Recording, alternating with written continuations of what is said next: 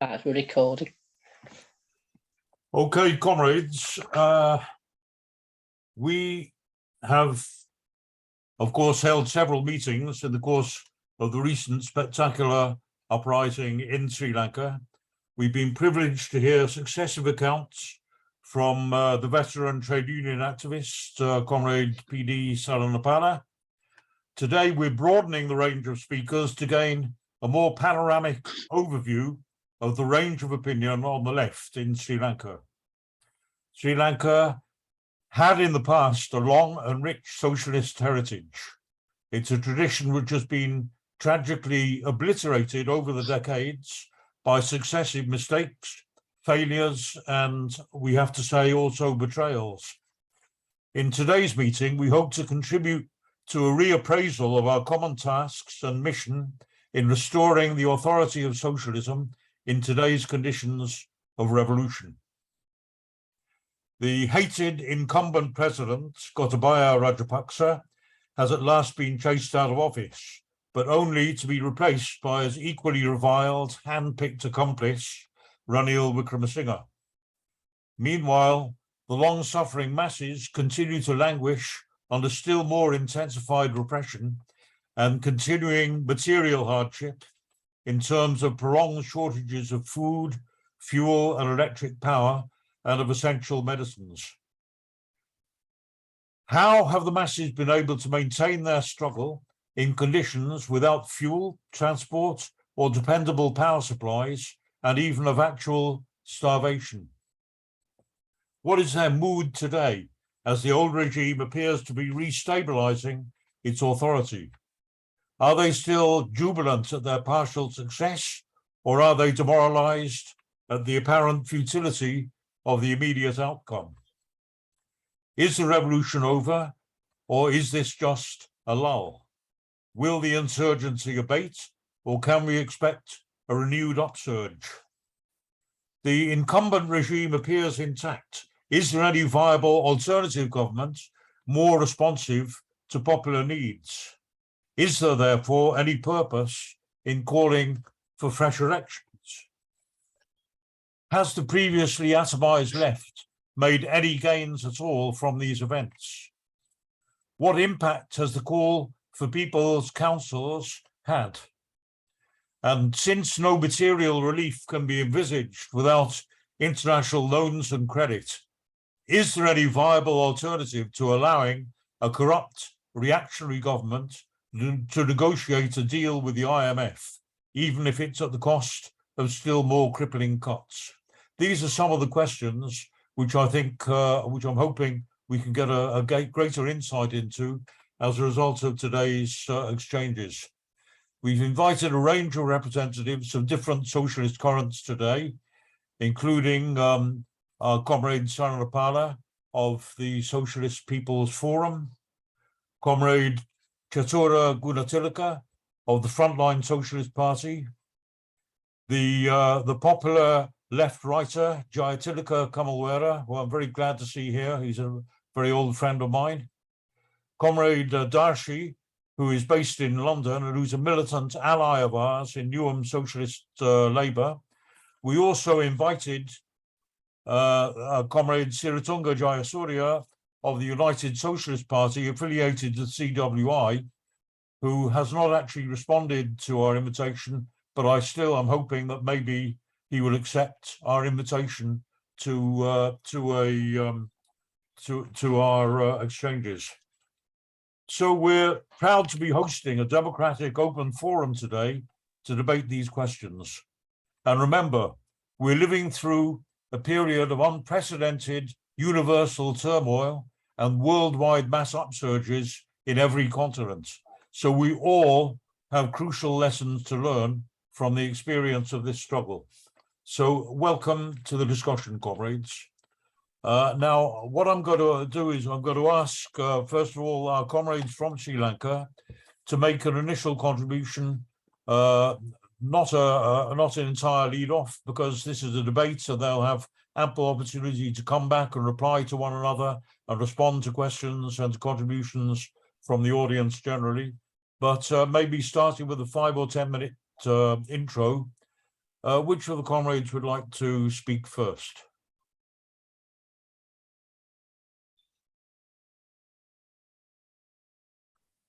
Yeah. Can I join?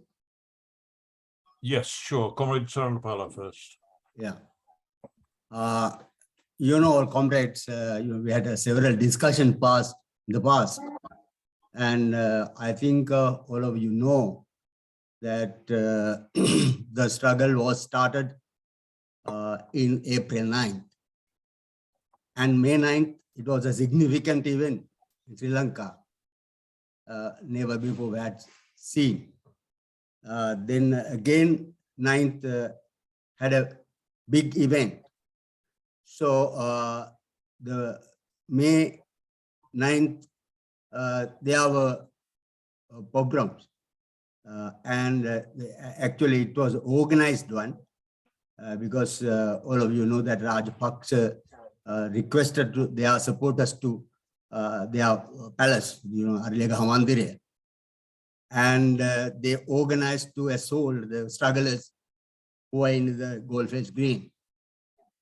Then feedback so destroyed several lives and properties in the country. And however, after that, Gota left the position, and Gota now is in abroad. Now, the thing is, how do we continue the struggle? That was the discussion going on in Sri Lanka with left parties and other groups. Yesterday, we had a discussion with political parties and trade unions, and some civil organizations also participated. And there was a solution to collect all organizations against the suppression of the suppression. You know that now Ranil started to suppress the people using the emergency and the law, so that immediately the organization decided to have a campaign against those introduced law and suppression. The thing is now the problem was some JVP people wants to put a slogan to have a immediate election, dissolve the parliament and have an election. But majority of the organization did not agree, and also they did not talk about it. So however, they couldn't put that demand for the common platform. So however, they will continue it as their own slogan. But the majority of the organization did not accept the slogan that have an election, dissolve the parliament and have an election. So I think the other organizations, as earlier I described the two centers. There are two centers within the organization, one led by JVP trade unions and the organization, and one led by the trade union, the bank employees union, postal and teachers union, and as well as also the People's Struggle Movement. So it belongs to Frontline Socialist Party. So those are the two centers within the struggle.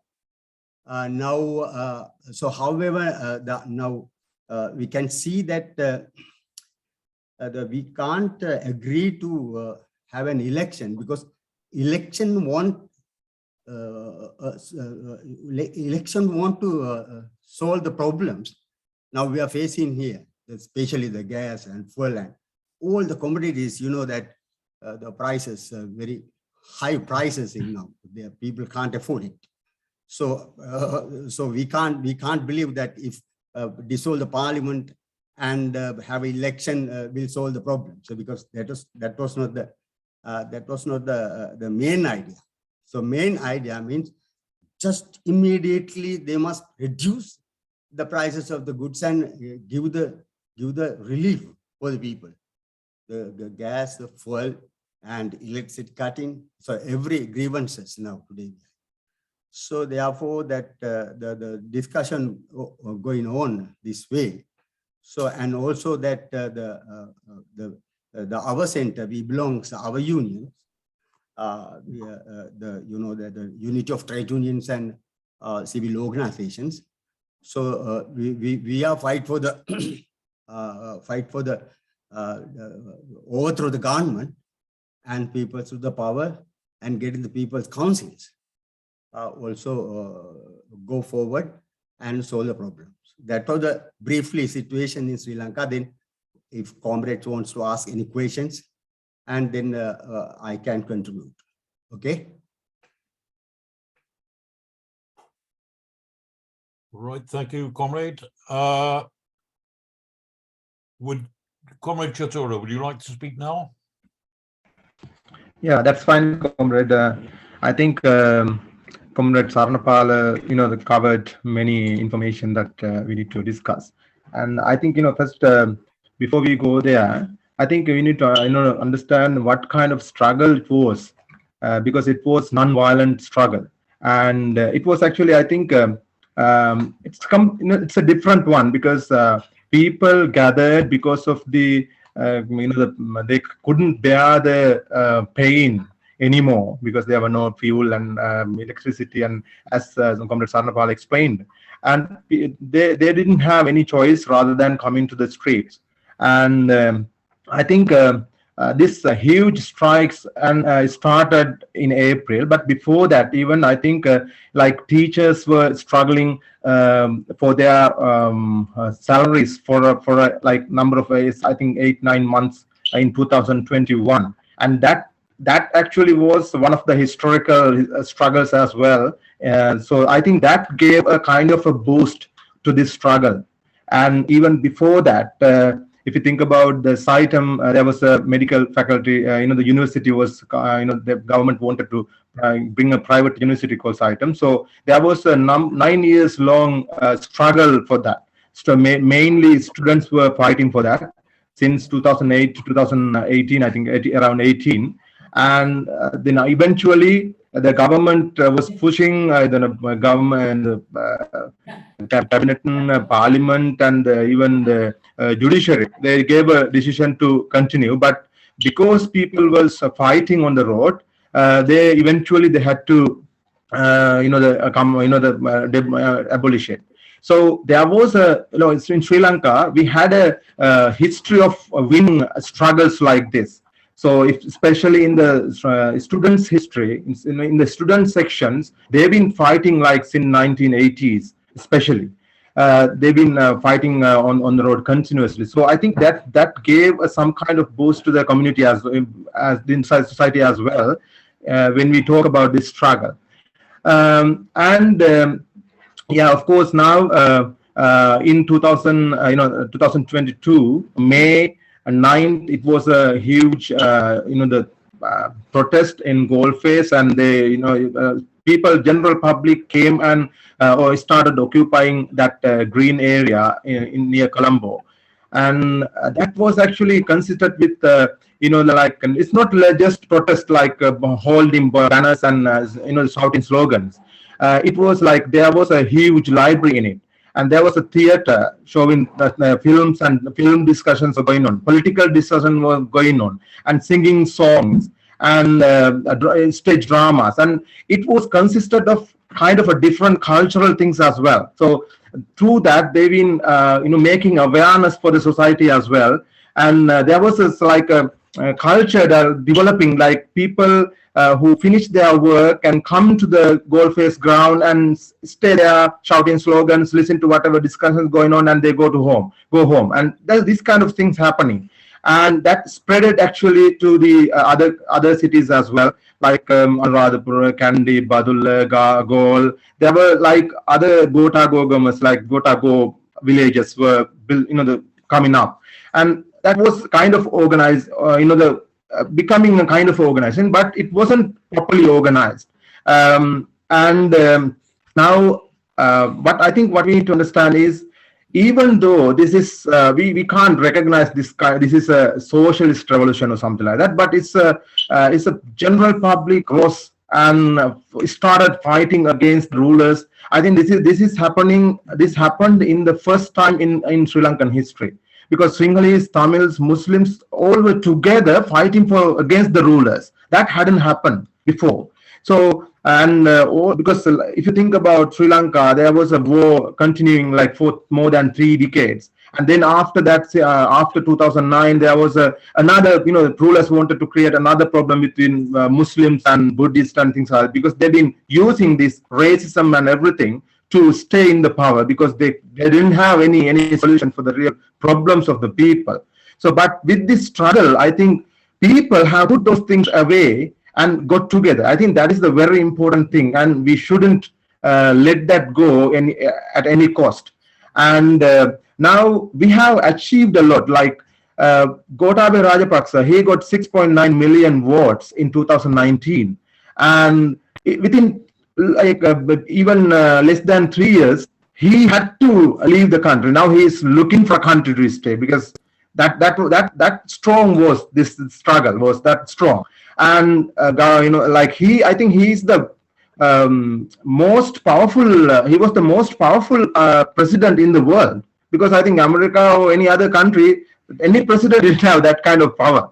And then if you go to the Prime Minister Mahinda Rajapaksa, his brother, he had more than 2/3 majority government, and people within a month of struggle, we could kick him out of the office as well.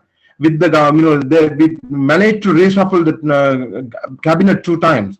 So there were some victories in here, but the problem is people are not organized, because when there is a campaign through the social media, and there are some organizations like Front and Socialist Party and other progressive groups and political parties that are trying to organize, but mainly people were organized even themselves as well. Like when they see a huge campaign in social media, okay, let's go 9th of July and kick the president away, then people started coming as well. So I think going forward, we have to have a kind of structure, because we need to get all these people structured outside of the parliament in a way where we can keep that power, because when people come in millions, then that power comes to people's hands, and the minute they go home, go to work, that power going back to the parliament again. So that is what happening. It's kind of like a dual power in shifting here and there.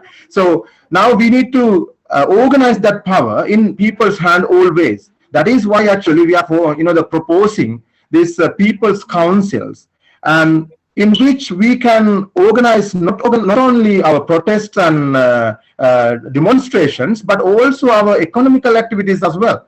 Because with the economical crisis today, people will have to organize. For example, I am coming from Anuradhapura. In my village, there are 300 to 400 families. So there are a number of students in the village. But majority of the students, they travel like 20 miles away to the city for good schools, like national schools and things like that. But half of the teachers from the village, they also going. Now, because of this fuel crisis and things like that, teachers and students both cannot travel. So people will have to organize within villages. Okay, what we can do. But how can we educate at least basic things how can we give that education to the children in that village? So people will have to organize themselves and find some way of educating them. Like if you go to even farming, that is the same thing, because now there are huge scarcity of fertilizers. Farmers do not get enough fertilizers. People will have to organize within villages. Okay, rather than going for each and every land, people will have to cultivate half of or quarter of the land, at least get some kind of the harvest to survive. So people will have to organize. So what we are proposing, rather than like Comrade Sarnapala explained, rather than because JVP, they are really pushing for election, and election will not work. Because of course we have to go for election, but if we even go for election, what will happen? Even mainly this unity will go down. It will dilute, because because of this election for the president in the parliament, there were some separations already.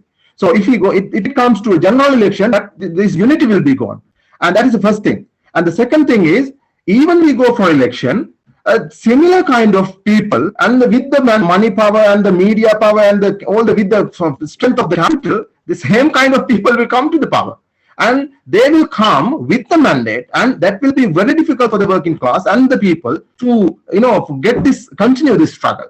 So now, if we are going for election, I think we should at least prepare some at least bringing some amendments to the institution, or actually, if we can propose a people's constitution. We can put forward a people's constitution and force them to do a referendum, and through a referendum we can get that approved from the people. So that is, I think, that is the way we need to go forward. I'm not going to talk long, but if there is any questions coming in, I will try to answer. Thank you, comrades. Right, thank you, Comrade Chatura. Comrade Jayatilaka Kamalawera, and I see that we have several other Sri Lankan comrades here, so you're very welcome to participate and to contribute. But Comrade Jaya first. You're muted, comrade.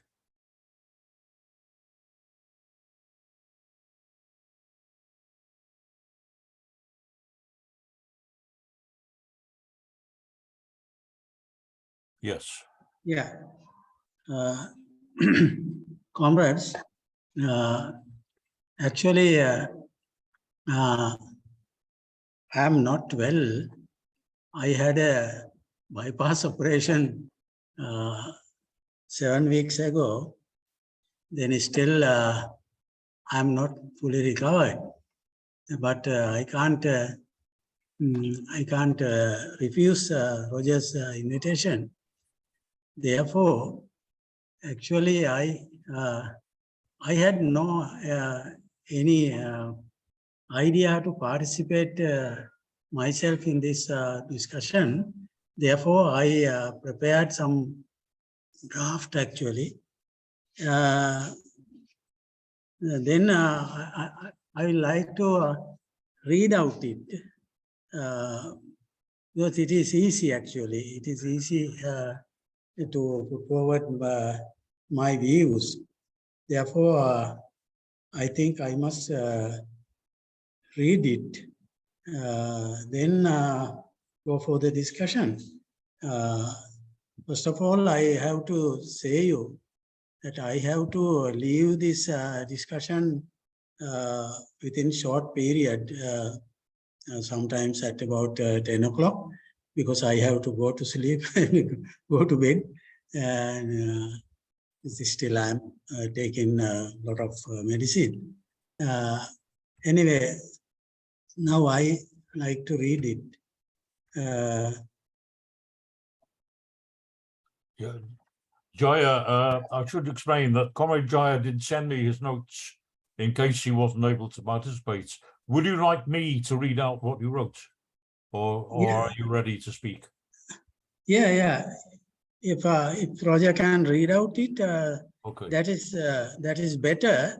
But in addition, I must explain to the other comrades from other countries the short history of the left movement.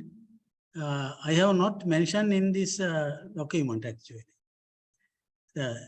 Therefore, I will read out that part. Then Roger, you can read out my document. Okay. Sure. Okay. Actually, comrades, the Sri Lanka is a country. I believe you all of you know this facts. Sri Lanka is a country where a strong left movement was active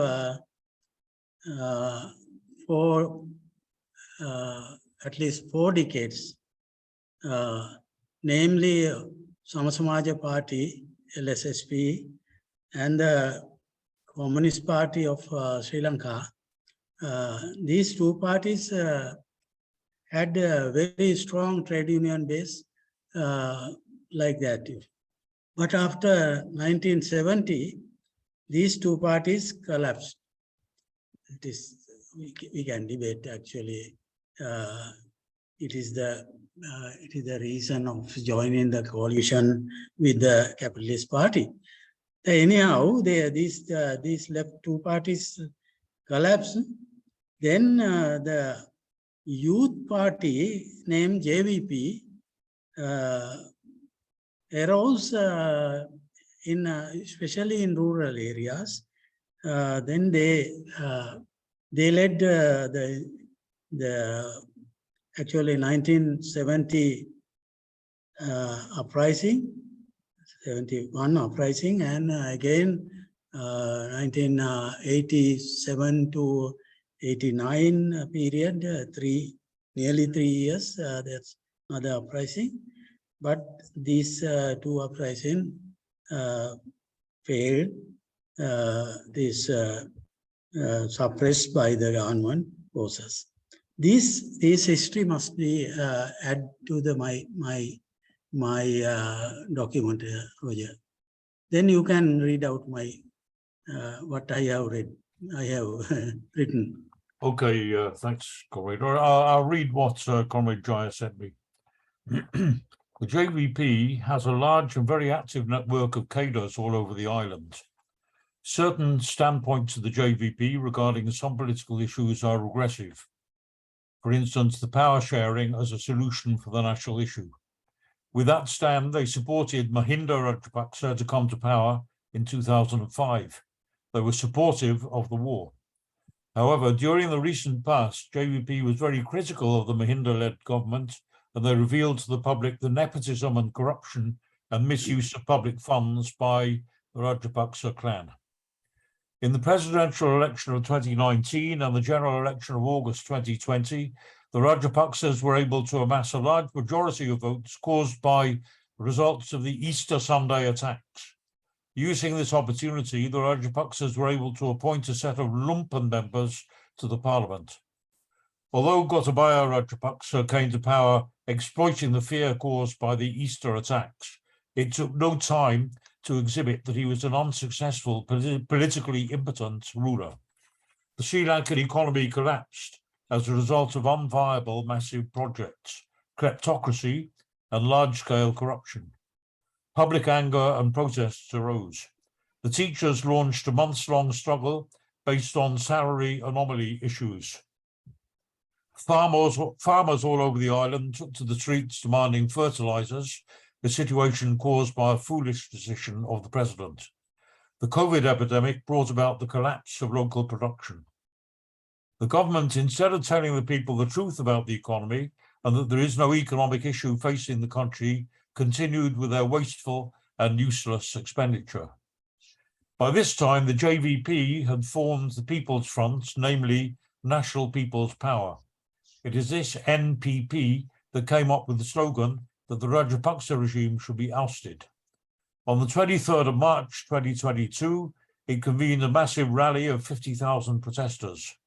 Following this rally, there continued to arise several protests throughout the country with new slogans, sometimes organized by the JVP.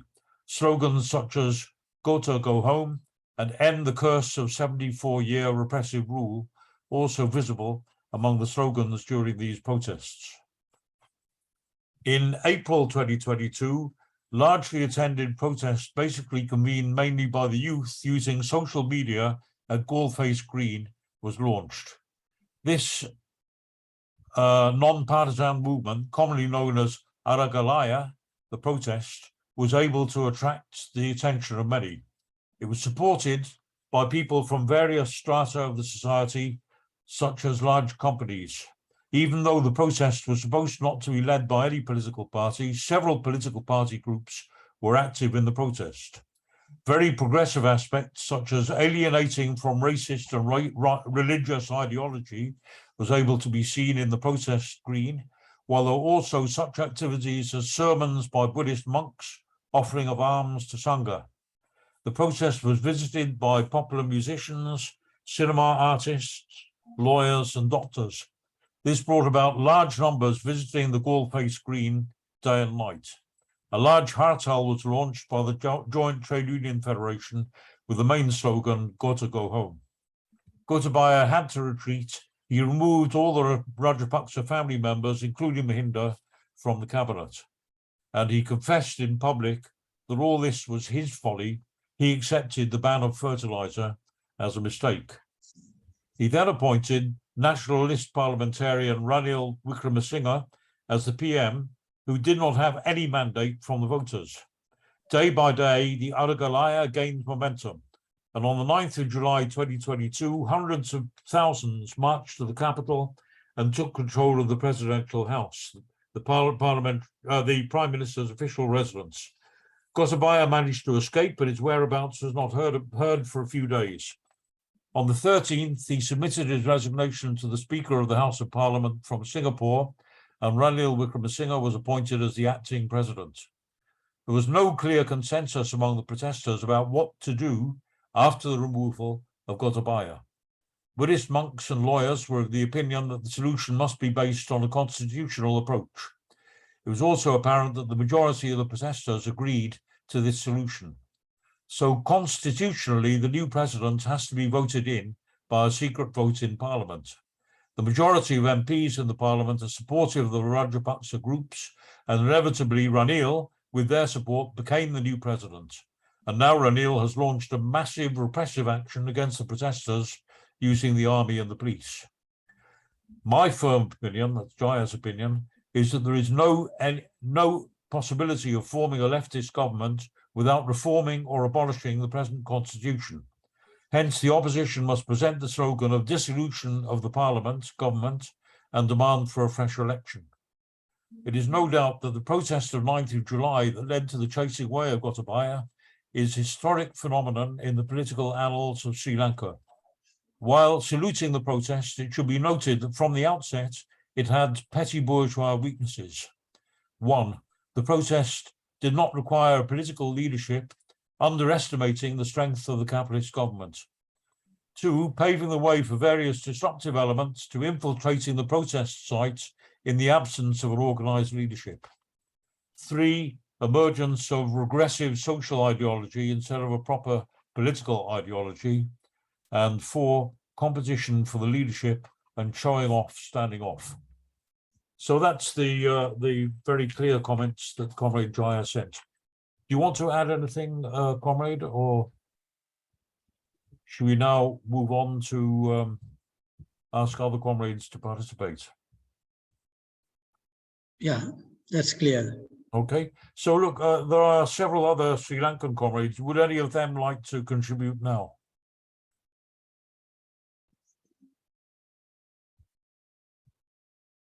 And if not, does anybody else want to speak? Please indicate by putting your hand up electronically. Ian. I've got a couple of questions that I've put in the chat, and Pam suggested I ask them here. I might then get on to another question, but if that's too much, I might leave that for now and come back to it a more maybe in the round thing. But a couple of things, just responding to some of the debate that I've seen online and among some comrades. I've seen, not to exaggerate how much, but I've seen just on small corners of the left, the suggestion, which I've quite strongly refuted where I can when it was in the chat on a Labour left Zoom that I was in a couple of weeks ago. Could it be a colour revolution? My argument back to that was, why would imperialism want rid of Gotabaya? And the idea that they're pulling all the strings for that, as I say, why, is a bit absurd. But there might be elements of that in terms of having a middle-class leadership that might have a lot of illusions in the West.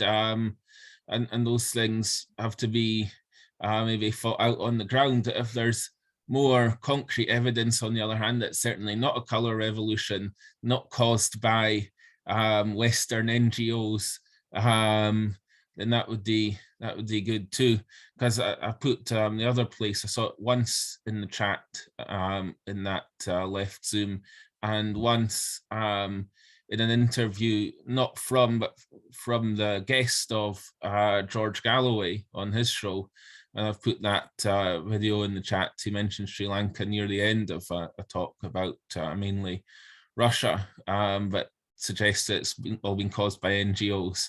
And the other bit of debate that I've got a specific question about is the green issue. I think it was touched on in the last contribution that Roger read out, the issue of fertilizers.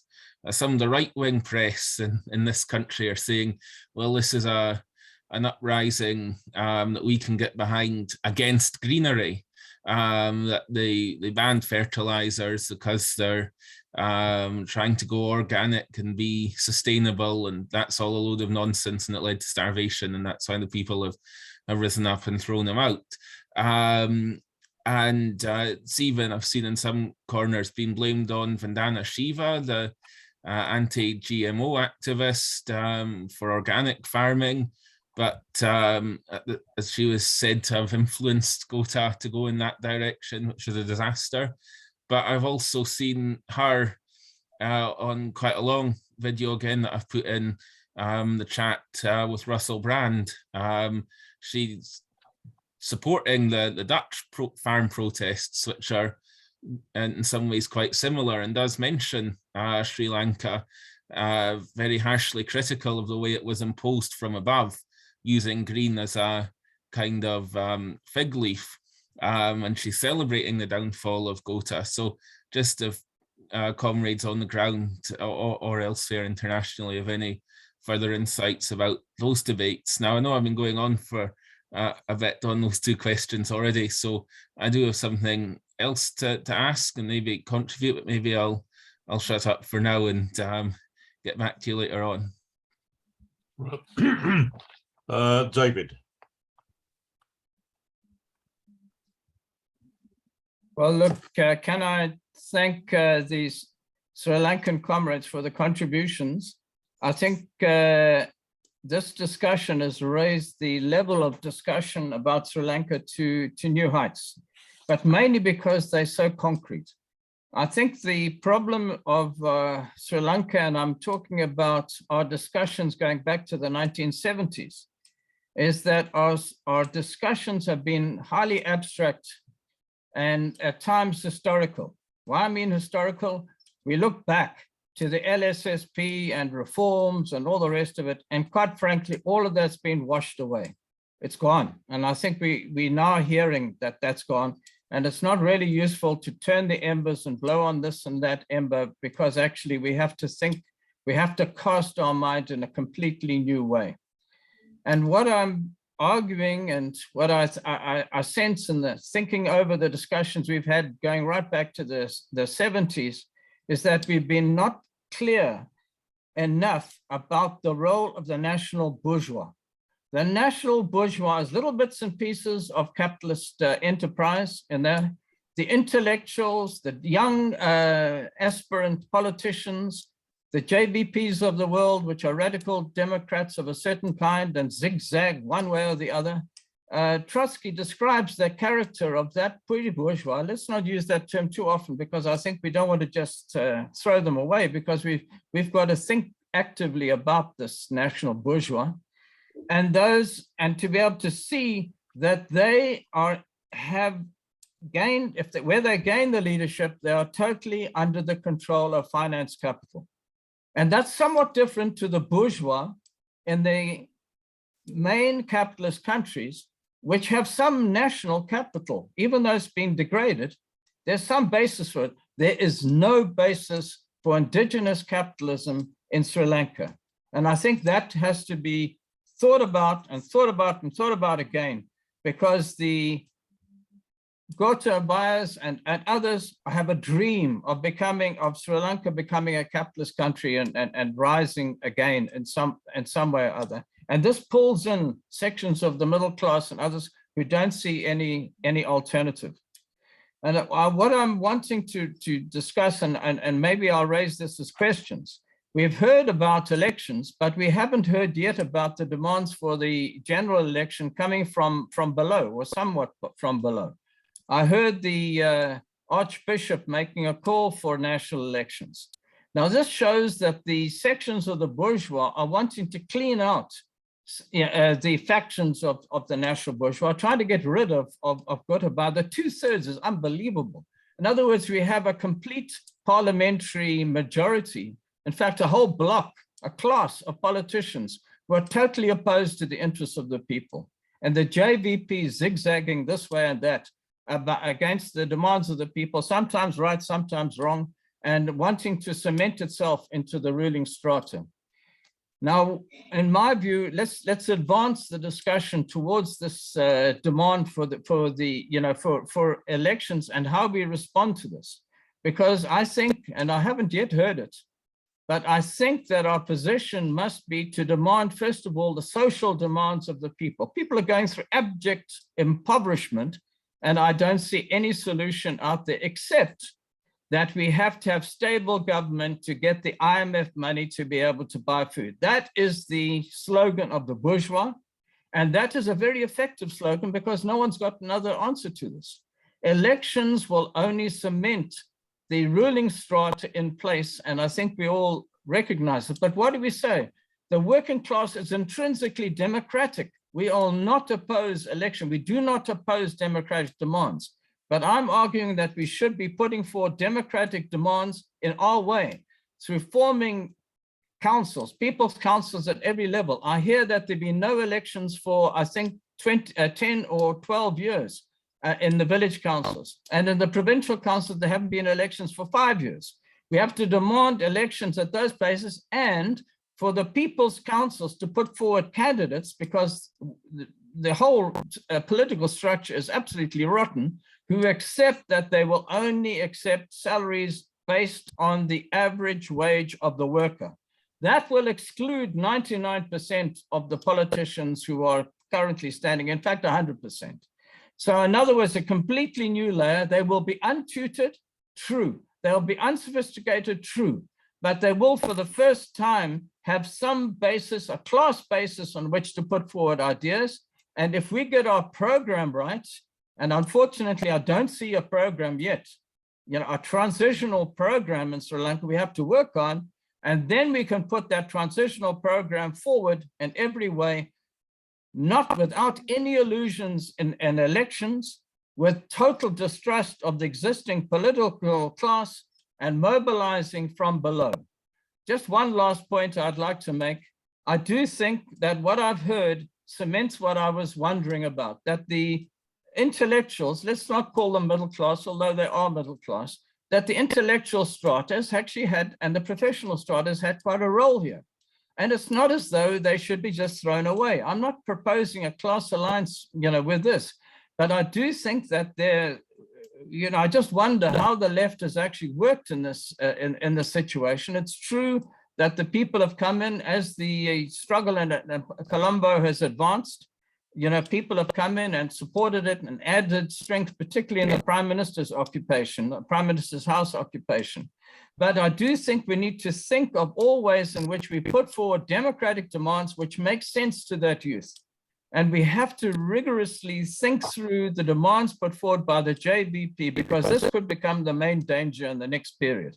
In other words, they put forward illusions in the electoral process and gain a stronger electoral base for themselves, and then again engage in collaboration with new strata of the national bourgeois. I will raise these questions and I look for further discussion and exchanges with our Sri Lankan comrades particularly. Thank you. Stephen. Thank you, comrades, and thank you in particular to PD and the other Sri Lankan comrades for updating us on what has been a pretty dramatic last few weeks. Most of what I'm interested in is getting actually more information from the comrades, but I think the overall analysis of the situation and how people interpret the developments is also worth discussing at some length. I'll try not to be too long, however. I think the comrades are right. Several of the Sri Lankan comrades have stressed the background of the collapse of the LSSP and of the CP as workers' organizations and as political leaderships. And I think we should recognize that the movement over the last 6 months or so has been essentially a democratic movement. It was a movement against the corruption, against the repression, against the misgovernment of the Rajapaksas and company. But it was a democracy movement without political organization, as several comrades have pointed out. And that, I think, underlines the complete collapse of the Sri Lankan left. It's not something to be pleased about at all. But the fact of the matter is that the left organizations played no leading role. I'm sure they were in attendance, but they didn't play a leading role in the mass movement that removed the government. The first thing to recognize is that that was an enormous victory for the masses, for popular assertion of their rights to remove a completely discredited government. However, that the demands is essentially negative, and that movement didn't really present any positive alternative that it would fight to achieve. And I think in that respect, it was very similar to the democracy movement in Hong Kong, which went on obviously for several years. There's some called the umbrella movement sometimes, but that was very, very similar. The same permanent encampments with lots of cultural activities, lots of speechifying, lots of petitions, lots of meetings the whole time. It went on for months and months. I was there, and it gave very much the same impression of huge involvement, radicalization, no end of possible discussions, but equally no coordinated organization, and in particular, no consciously working class organization able to present its own demands within that mass movement. And I think that's what I'd like to hear more about. PD mentioned that there would have been a conference of different left organizations, I think just over the weekend. And it would certainly be interesting to know what other comrades made of that and what they think can come out of it. But secondly, I think the movement is a democratic movement, and it's not surprising, therefore, that the demand for elections should figure as some way of resolving the impasse that we have at the moment. Clearly, Wickremasinghe has no legitimacy. On the other hand, he does have power at the moment. If there is a mass movement against him, then I think within that movement, we need to argue for forms of organization which take the way forward. And several comrades have referred to the idea of councils, and obviously most of us come from a Trotskyist background, and we understand the importance of council organization and as a potential basis, not just for reform, but for the actual overthrow of the entire system and the creation of a new system. But I'd be very interested to hear any practical experience of trying to build councils. And what do people mean by councils? David just now spoke about the revitalization of the district councils, local councils, but that of course is not our program. Our program is for the formation of workers' councils. And I think the idea of calling for people's councils, I think, is too vague and imprecise. We want workers' councils based on workers' organizations, based ideally on workplaces and trade union organizations, to take the lead in both the protest movement and also in the movement for control of what supplies there are, because I think that is the way in which the working class can impose itself on this rather inchoate movement. So my main question really is, what has been the experience on the ground of trying to build councils? Has there been any experience? How are they organized? Where are they? What demands do they raise? Because I think that is an element that we need to relate to and to try to understand. Thanks very much for the opportunity. Right, thank you. Comrade Pam, and then I think it's Comrade Aman, if I'm not mistaken. Okay, thanks, No, you're Roger. not. Thanks. Thanks, Pam. Roger. Yeah, just answering the question that's just been asked. And I'm sure the Sri Lankan comrades will tell me if I'm incorrect with any of my facts, but there are many, many trade unions in Sri Lanka, but they're all very, very small. What they need is a federation of trade unions to get the trade unions together, and that is how to represent the working class. That could be a considerable force, but I know there are problems with that, and maybe the comrades will mention. I just wanted to answer Ian's question. Ian raised the question of the fertilizers. The current problems in Sri Lanka started with COVID, because a major earner for Sri Lanka is foreign tourists coming in for holidays. And of course that stopped completely and caused huge problems. The issue of the fertilizer wasn't because Gota is an environmentalist. It's because the economic problems were looming, and they didn't want to pay for it. There was a problem with foreign money coming in to pay for the fertilizer. So as I understand it, it was actually an economic reason why Gota tried to bring that in a great hurry. And together with a big cutting taxes, presumably to appease the middle class, this mismanagement has led into catapult now into this sort of really appalling situation. I was actually in Sri Lanka just before the Aragalaya. I went home a bit early, unfortunately, and missed it. But there was a lot of really angry grumbling that I was listening to from people. So obviously, this problem has been looming for some time.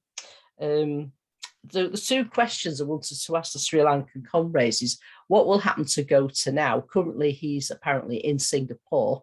The last thing I heard is that he will be prosecuted in Sri Lanka. Will he come back or will he not come back? What do you think will happen? And the other question I wanted to ask, I do watch the Sri Lankan news in English every day. So I've been watching the events as they've unfolded. And I wanted to ask about the repression. I know that the leaders of the Aragalaya have been arrested, one in quite a brutal fashion on a plane as he was trying to go abroad. And I understand that there's 5 leaders in custody now. What I wanted to ask was, how will this be rolled out? Will more people be arrested, or is this a temporary situation that will stop once Ranil has got everybody under control again, as he hopes? It seems that it's kind of going to die off for the time being. I don't know what comrades think, and I'd be pleased if you could comment on that, please. Thank you. Right, Comrade Aman. Thank you.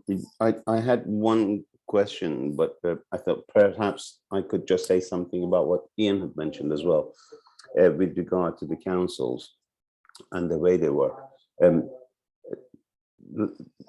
I just thought it might be an idea for us to say some of the experience we've had. At least I think one of the things that we've got to realize at the end of the day, when it comes to society and when it comes to taking power, at the end of the day, the rule is expected to be by people upon people. That's the expectation. And the setting up and the rule of work councils of peoples is always obviously the answer. The answer is People's Council. What we hope is that the socialists, the workers, alternatives win the majority in this council. And if it is the case that we recognize that, then obviously everybody should have the right to participate in the running of the society, and therefore the rule of the majority from this point of view can only be possible that way. Even in 1917, the idea was that there were Soviets, and the Soviets, as an anonymous to councils, were the bodies that actually were running the society, and there was a time where they adopted the left and the socialist policies, and therefore hence the revolution afterwards of that. But all I'm just saying is, the idea is that it's important to recognize, obviously, the councils are by the people, and the councils would be formed in workplaces and in districts, and in both of them. A worker could go to work, but her family are members of the council. One could be the member of the council of the workplace, but her family would be the members of the district as well. So it is from that point of view as the body that actually rules and the body that actually controls. I think it would be impossible to think about an alternative where you ask people to participate in protest, but they wouldn't have any role in the future, because the question is whether they are actually a worker or not. Second point, which I think was mentioned by Ian, and I think that was true, I tend to agree with the phrase to say that's the Sri Lankan Spring, the same as Arab Spring, in terms of its nature to a large extent, because it makes sense. It is people who have had enough, they don't want the current state, they want to change. I think the right, as was mentioned by both the speakers, the right wing is trying to push them back to elections of parliaments, parliamentarians, whereas there is a push from the bottom that wants to topple the current state and come over with an alternative which is rule of the people by the people. And from that point of view, I think Wynn's argument for the councils makes perfect sense. The only question that I had was, I know at this stage, obviously we have to think about not something which you can prove as an alternative, but obviously there has to be a situation of what people don't want. And expression of alternatives should come in terms of what people don't want, because in uprisings, people just always express what they don't want. So therefore, we don't want the current state, we want the obviously rule of the councils. But my question was, given the fact that the actual state, the whole body of the state is completely bankrupt, given that scenario, is there a demand where people say, well, those who are participating from a variety of strata in the society are saying, okay, how are we going to run it afterwards? Is that a question which is there? And if that was there, then I think then situation for revolution will probably be hugely different when people start to think economically what's going to happen to them. Thank you. That's it. All right, thank you. Thanks, Aman. Is there any other comrades who are ready to come in now? Because if not, I've got a couple of points I would like to make. No, all right. Just very quickly. First of all, I think we should get a few red herrings out of the way, maybe. This idea, I don't like the term colour revolution, because I think that what happens in a whole succession of countries where that term was applied, there were local and particular and specific phenomena and forces at work, and I think it's if you like, lazy to kind of dismiss them as if they were all just sort of somehow charades or pantomimes. They were genuine mass movements, which of course, as will always be the case, were exploited by certain forces in society. But if the implication is that somehow this whole uprising, which was heroic, which was unbelievably involved incredible sacrifice on the part of the poorest, suffering people of society, this was somehow some kind of masquerade or pantomime is completely out of order. Even this question of, well, now Gota is coming back.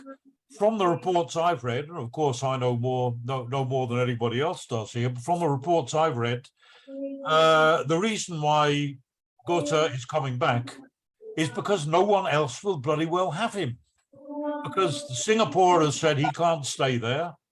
The Americans apparently have refused him a visa to stay there. The Emirates, I believe, have said the same. And he's just, I think he's got nowhere else to go. Maybe somebody will find a bolt hole for him. But I think the fact is that it shows the complete loss of power by Gota. It doesn't mean Of course, not by the forces behind him, as we see with Wickremasinghe. But as far as the Gota regime itself is concerned, I don't think that that he has much of a future personally. Now, the point is, this whole situation could unwind. We had a similar situation in Philippines nearly 35 years ago. In Philippines, there was a sudden mass movement on the streets, the so-called EDSA revolution. It was did not have any socialist content. It wasn't organized for the working class. It was a genuine mass uprising, but as in all such phenomena, the middle class elements sort of came to the fore. But the result, it was such an overwhelming rejection of the Marcos regime that Marcos himself and his legendary wife Imelda, they had to actually climb up onto the roof of their residence, the Malacanang Palace, and escape in a helicopter. So one would have thought, what a complete victory.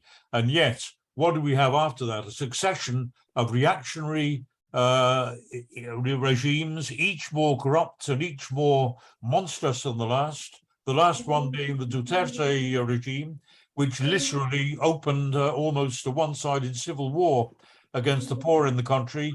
Tens of thousands of people just mown down in the streets. And we now have a return of Marcos's son. The Marcos dynasty is actually back in power there.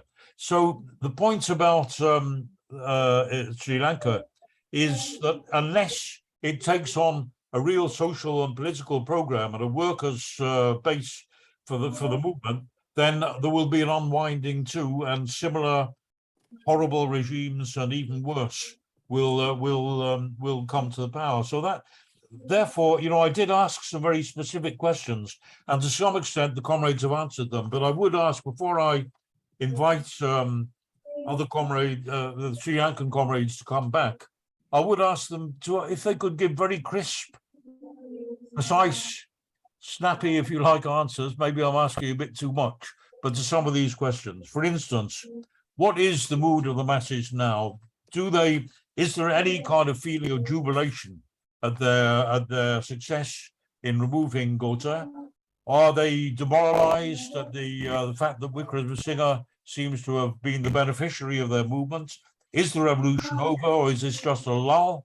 Will the insurgency abate, or can we expect a renewed upsurge?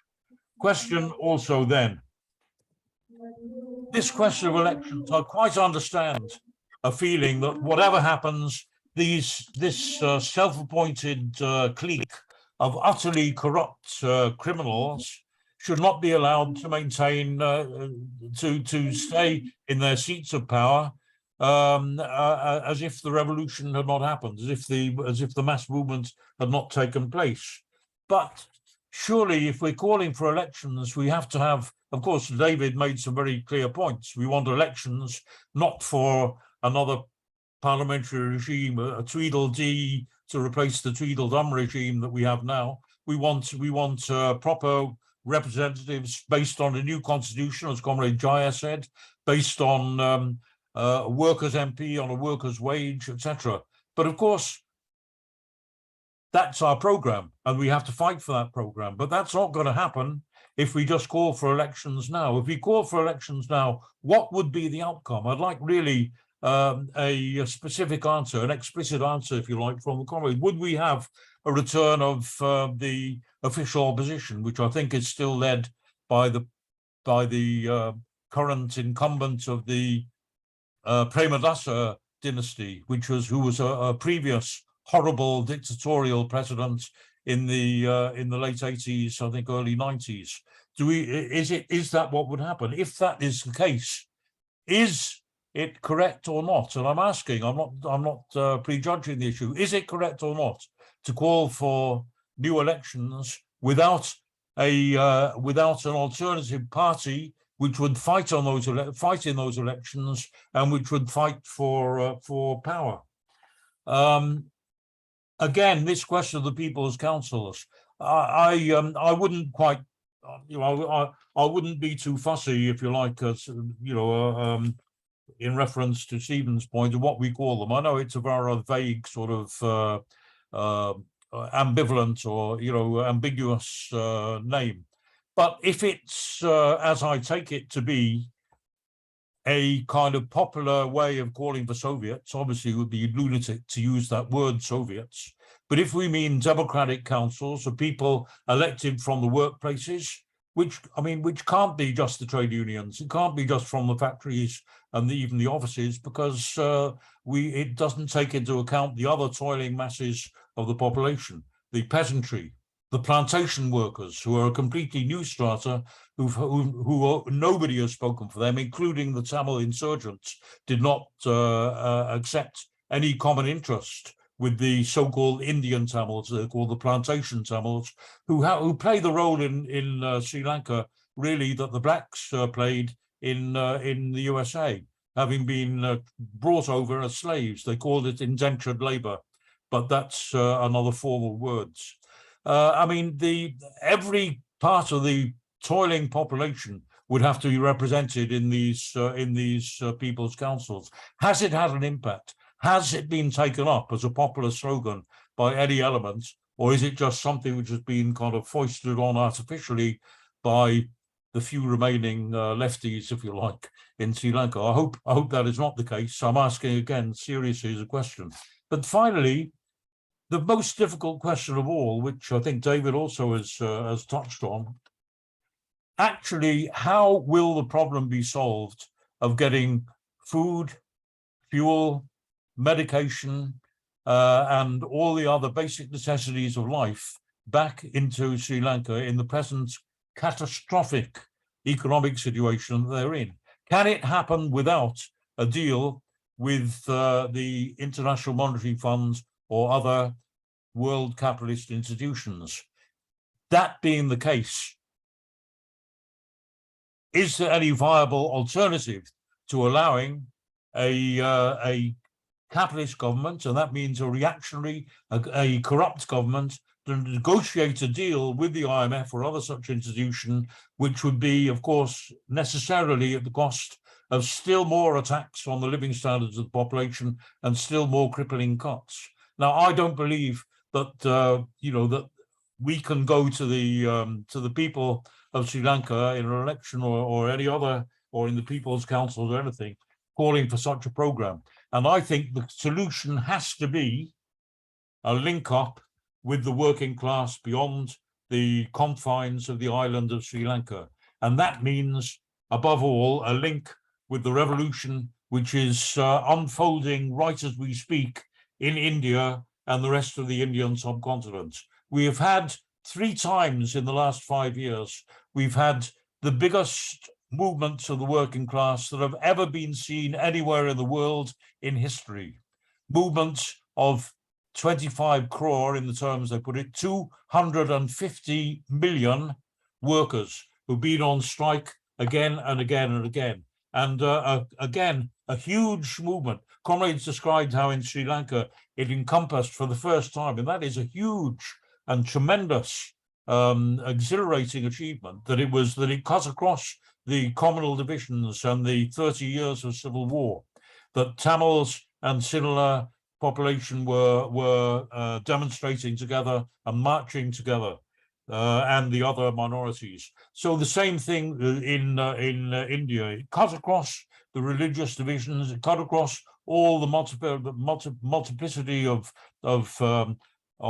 divide and rule politics in terms of language, in terms of race, in terms of religion, in terms of nationality, and so on in the Indian subcontinent. It was a huge united movement.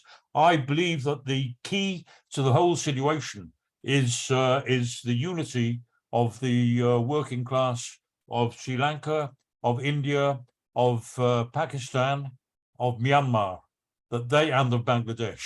That is the program on which any left party would have to base itself. And I don't think that's pie in the sky. I think that's based on real material movements that are actually taking place as we speak. So I'll leave it at that. Thanks, comrades. Is there any other? Who else wants to speak now? Would any of the Sri Lankan comrades want to come back? Yeah. I mean, Yes, Comrade Sarabala. Yeah, you know that I want to explain briefly, you know, how the struggle started. Because I think no any organization, no any trade union leaders or trade unions predicted the struggle. Because, you know, unknown youth came to the street before April 9th, all over the country, by little groups. And the last event was the Gota's Nugegoda, you know, residence attack. And after that, at that time, the government want to suppress and they want to stop it spread all over the country. And government try to pretend it. So now, you know, it is some, you know, that some terrorists or something like that. And all the leaders of the government went there and looked at the places and gave the courageous for their supporters, especially the you know, that the front, the Gota's party. So, but however, the 2 days back, it means I think that the first day, April 9th, they came to the Goldface Green and started to campaign Gota Go Home. So name of the place is Gota Go Gama. So that the first 2-3 weeks, the strugglers did not allow to come to the trade union leaders and the political leaders also to participate in the struggle. They prevented it. So gradually we understood. So that how do we protect it? Because the left parties and trade unions knew they couldn't go forward. We saw that there was no any perspective.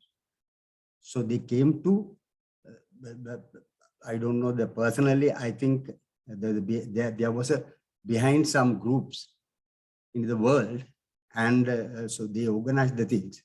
Because however that the period of the inflation of the commodities was very unpleasant and people couldn't afford.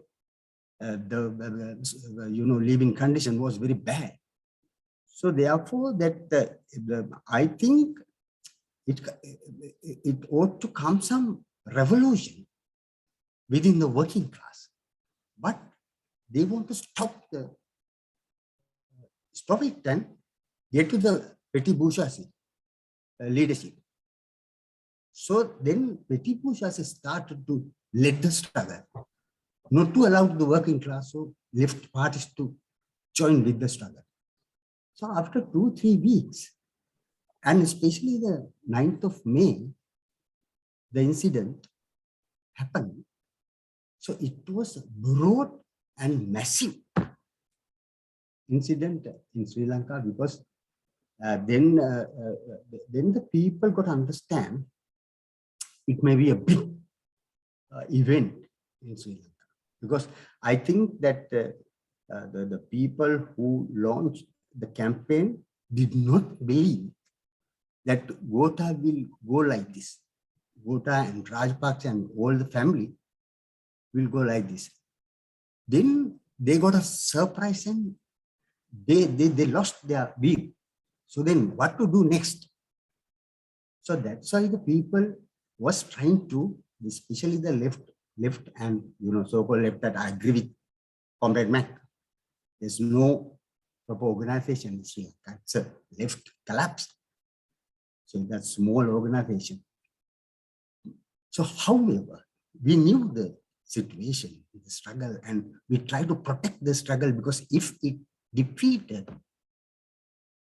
maybe very big defeat for the working class and the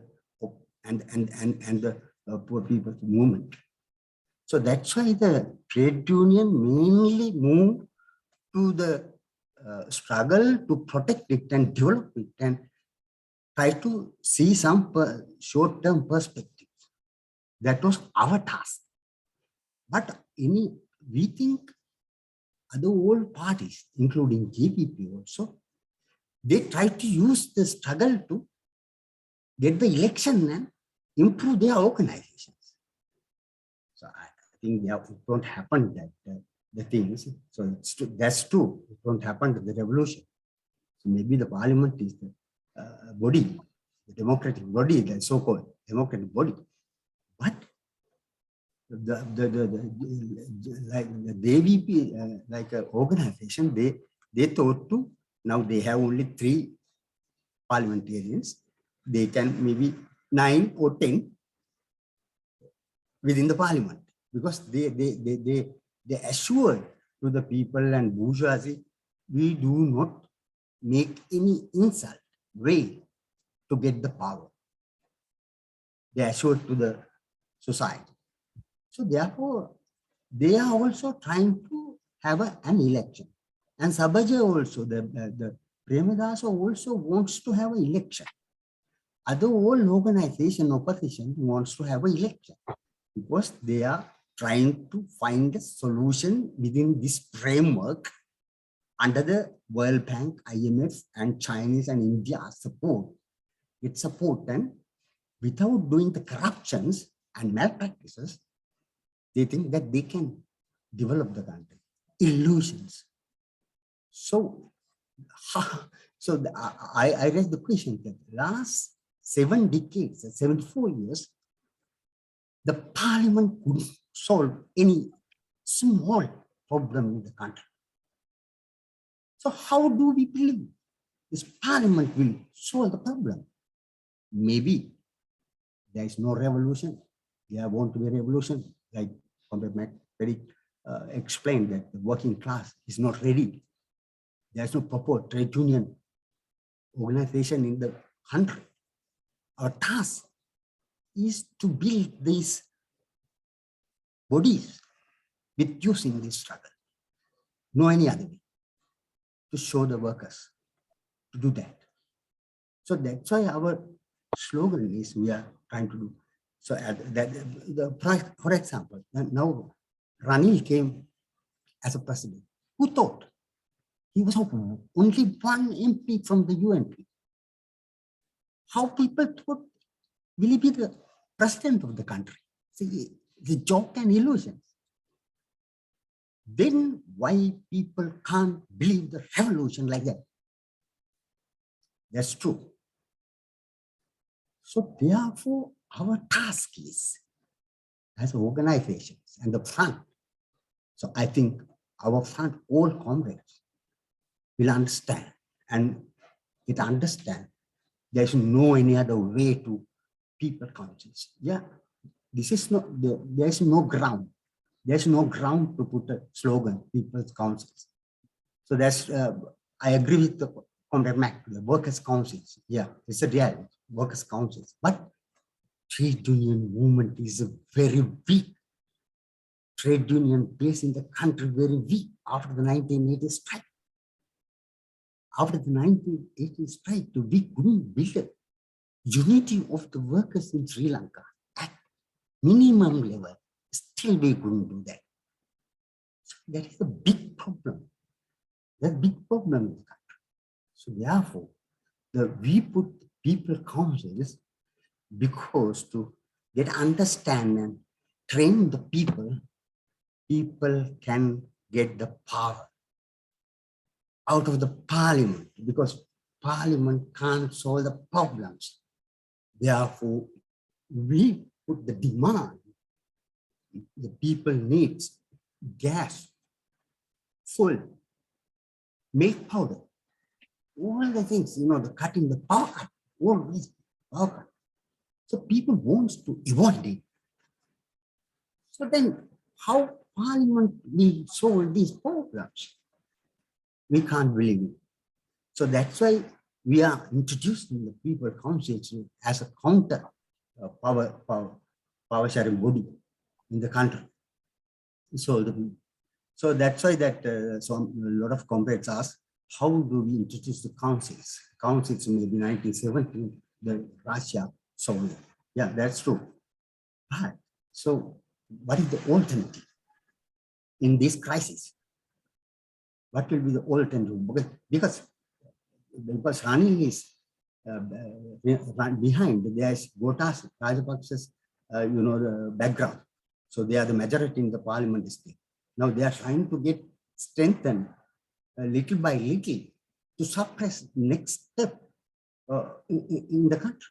So therefore, that's why we need a struggle.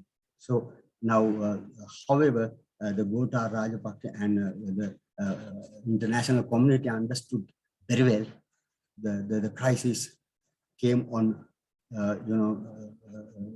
was going on. Maybe the problem for the country and working class come forward and make completely change the society. So they want to prevent it, and they made a conspiracy to put this type of youth to start this type of struggle and collapse and confuse the way of the country. So now it had happening, but as a trade union movement, it is little with our organization, bank unions, teachers unions, and other telecom and other unions, and the worker struggle movement and the mass struggle movement, all very well understood it, and we are continuing this struggle. The final solution is the power to the council, avoid the parliament, and get the power to the councils and solve the problems. As a district level, we can form councils. That was the thing. But all the comrades, the doubt, and all the comrades ask questions, all are correct. But the thing is, we have to work, and we want to build a proper organization in the country. Thank you, sir. Okay, thank you. Comrade Aman, Comrade Ian. Aman. Thank you, comrade. I just had one quick question. I think that perhaps in a way I have similar questions to what Roger was putting forward in terms of the situation now. And I'm trying to understand this as well. There has to be obviously an alternative to the movement. Every movement, you need to say which way you should go. So getting the power is obviously one issue. Currently, from what I have understood, from what comrades have said, is that there seems to be one issue of thinking of this revolution, this current scenario, providing the final answer. That may not be the case. We may need to have a series of revolutions, a series of effectively some degree of permanency in terms of revolution to actually making sure that we get somewhere. Question is, at the moment, the whole of the bourgeoisie seems to be pressing on the fact that let's bring back the status quo to some sort of a stability, and the stability comes through parliament. And this seems to be prevalent in terms of the right wing, or the answer of the right. But they're going to do that, even if in that scenario, they're going to do that by putting all the burden of the current economic situation on other people solving it. The parliamentarians, they would be solving it rather than actually people being able to solve it. I think if the situation was, I mean, let's just say for the sake of argument, if there was a situation where the councils were formed and the councils do take the power, obviously IMF is not the answer. And I'm sure the working class would, if there is a situation of alternatives coming up from India, subcontinent, and across the world, they would come over to help solve the situation. That they will find an answer. The question is, one of the things that seems to be the scenario that the right seems to be pushing forward is they want to put the burden of this on the working class. To what extent is it possible to actually deny this? To what extent is it possible to say that the workers want to have the minimum standards? They are not going to share the burden of the current problems that the bourgeoisie has had. To what extent is it possible to actually push forward and say, look, whatever the problem is economically, the burden shouldn't be on the workers. So minimum standards of living, minimum availability of needs of the people, all of these are the sort of things we should be guaranteed.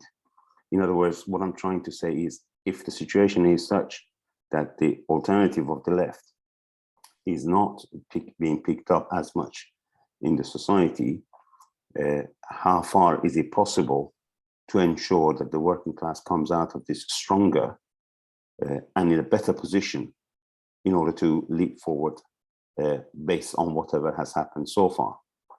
In other words, what are the minimums? What are the issues that could be addressed to ensure that the working class out of this struggle comes up stronger in order to be in a better position to push its own alternative forward? I'll just give you one example so I can express what I'm trying to say. For example, we have seen in our country, we saw it in Iran, that there was a major uprising. They toppled the Shah, but obviously the bourgeoisie was stronger, was more organized, and therefore could bring out its own power at the end of the day. If it is the case that at the time, what we were saying was workers should not pay for any of these requirements or minimum needs of the rights of the workers in all situations, from the point of view of their pay, from the point of view of their position, from the point of view of their rights, all of those could be safeguarded. Maybe this is the best time, I think, to a large extent, to see to what extent have we been able to push forward or get the workers as much organized in order to ensure that whatever comes up next, the burden of the current economic problems that they have does not fall on the shoulders of workers. Because even if the bourgeoisie wins, even through their own parliament through some time, the problem is that they would actually come back with more severe exploitation, more severe problems on the workers. So to what extent can we form barriers to stop any form of problems that we would see afterwards, on one hand? Secondly, if the idea is that the right could actually gain and form its own power again, this time round, most of the people on the left, any of the workers who have been, or any of the revolutionaries, would be the first ones to be actually foregoing the prisons and whatever else that will follow. So to what extent is it possible to actually push the scenario to a situation where workers could come out stronger through this strike or through this struggle and be in a better position to push forward their arguments next round? Otherwise, it would seem as if we are talking in dreamlands rather than actually what's really happening on the ground. How far is it possible to actually ensure that the workers end up with their own organizations, their own decision-making, and safeguarding their rights? How much can that be pushed forward to actually be in a better position so we learn from it, and therefore workers come out stronger next time rather than being able to achieve everything this time around? That's it, thanks. Right, thank you, Aman. I'm going to call that there are 4 comrades with a hand up. I think I was going to ask if the Sri Lankan comrades want to come back at the end. So, Comrade Chatura, of course, we'll ask you to speak after the other comrades have asked their questions. But are there any other of the Sri Lankan comrades who are here who haven't contributed yet, who would like to make a point? Okay, well, I think Ian was first, and oh, sorry. Before I leave the yes, please, comrade. Yeah, I want to point out 2 things that many of the comrades interested about the IMF issue. Today, Ranil Wickremasinghe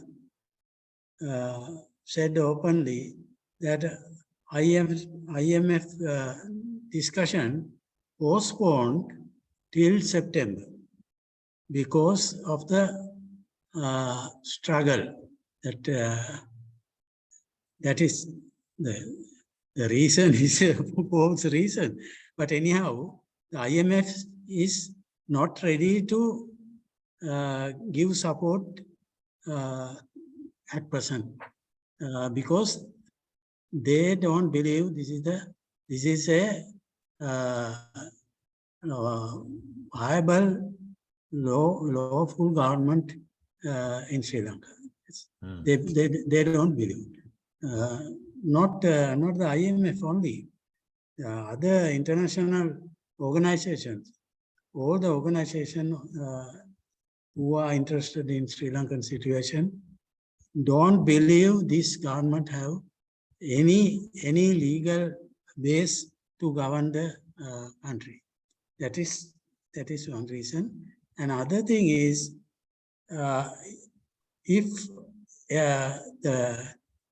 any of the foreign support, Ranil couldn't get the support from any country, the prices gone up, the fuel problem is worsen, and food problem worsen, and gas problem worsen, then again the masses will arise.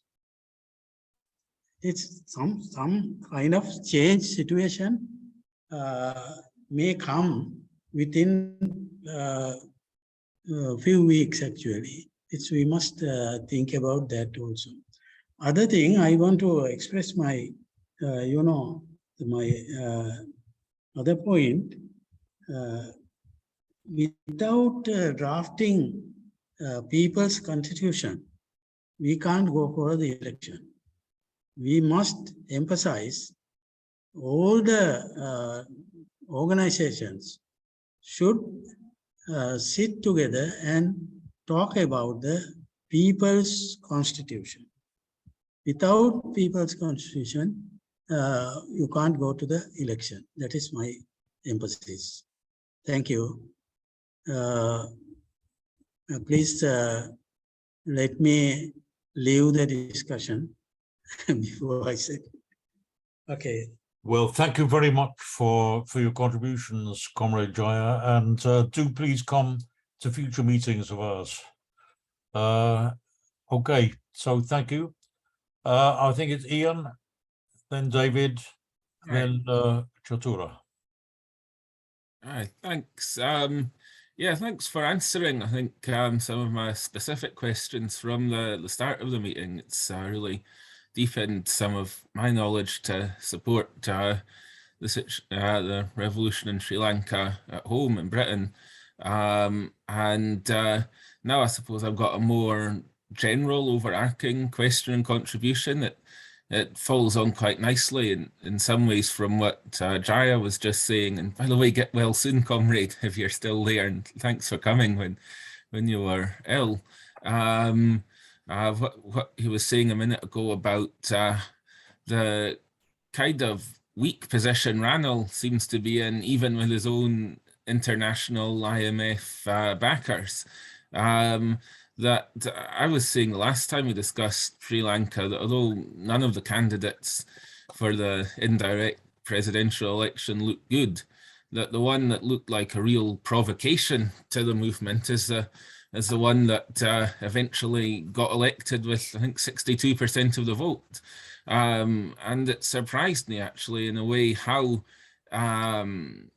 reckless the parliamentarians, I think somebody mentioned earlier in this meeting that some of the party that got elected at the last parliamentary election were like lumpen elements almost with the Rajapaksas, that how reckless they were to select this guy. I think Premadasa maybe seemed like more of an astute strategist for the other side when he pulled out and backed the guy most likely to beat Ranil, because that could at least perhaps tamp down the situation a bit, try and prove, however unconvincingly, that things had moved on from the old regime. Ranil, of course, having, I think, alongside Gota in the week before Gota went, he said he'd stand down as prime minister.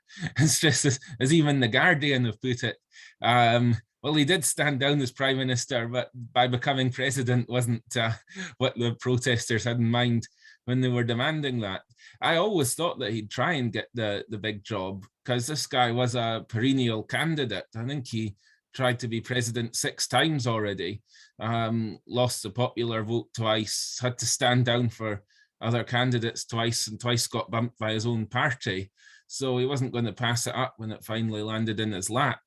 But for the rest of the ruling class to rally around him, if you compare it to like the February Revolution in Russia, the Tsar went, he resigned in the name of his own children as well, because from his German wife, they were even more unacceptable to the pro-war opposition.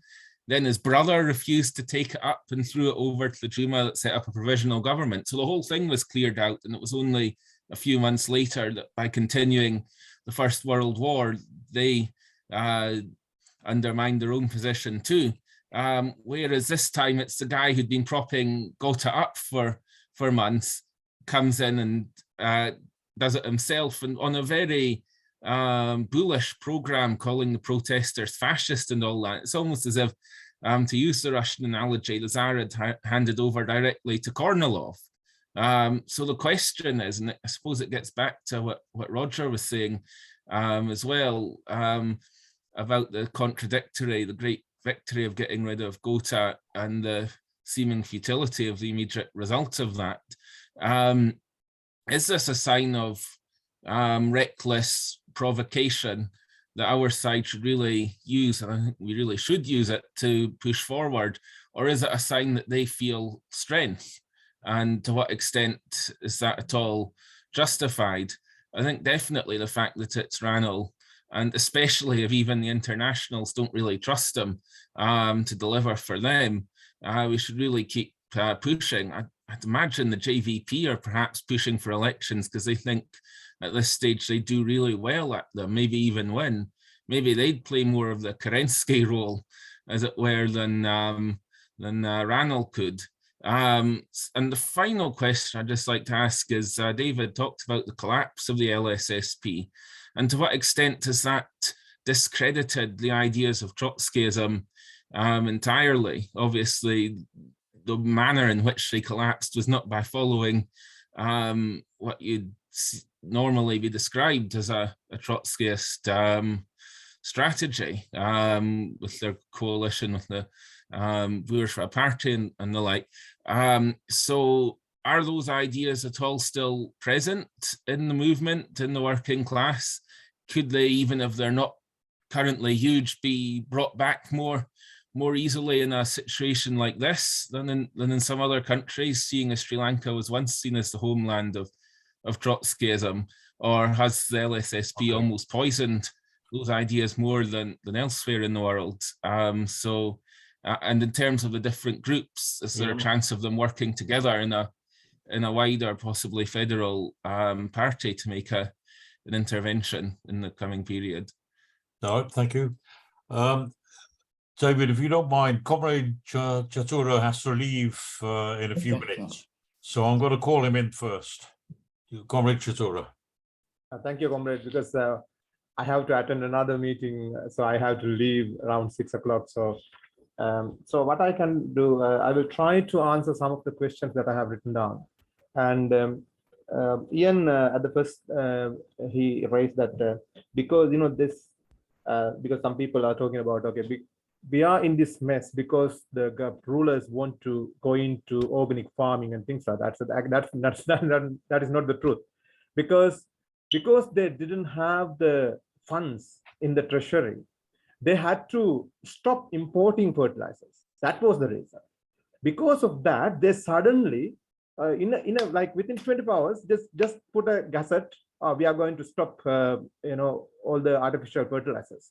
So that actually affected a lot on farmers. That is what happened. And if the Gotabaya Rajapaksa wanted to do protect the environment, he would have done a lot of things differently. For example, once he come to the power in November 2019, the first thing within the first week he did was to remove some restrictions to transport sand, because some people are digging sands and transport into construction. So they have many supporters in their party who have who are big in constructions and things like that. For the last number of decades with the Rajapaksa regime, they have built those kind of people behind. So they wanted to grab soil and sand wherever they can. But the restriction was because there is a permits solution, but it is very difficult. There is no proper mechanism to find how much they dig from the earth. So only way they can restrict that is put restrictions on transportation. So he completely removed it within a week once he coming to the power. So that is how he started. So it is not like he wanted to go into the organic farming or anything, because he has no choice. He just stopped bringing fertilizers into the country. And the second thing is, Comrade Sweeney was talking about the left. Left has any major role in this the uprising? Of course, left is very weak and it is small, and it's trying to build up its the left wing. And but even before, like few years back, we've been actually talking about, as Frontline Socialist Party, we've been proposing this concept, the People's Councils. Actually, the Movement for People Struggle was launched on March 27th, after months of discussions with trade unions, environmental groups, youth organizations, students, farmers, and then we launched actually 27th of March, just week before this uprising came up. Because we had that plan, because we knew that there is no any other way to go forward as workers, working class. So we were actually on the process of that, but it was not ready properly. We just started doing something. And if you think about the student movement in the country, it is actually a mass movement. But if you think about farmers, 75%, 80% of the people are farming. So they are majority farmers, but we don't have a farmers movement like student movement.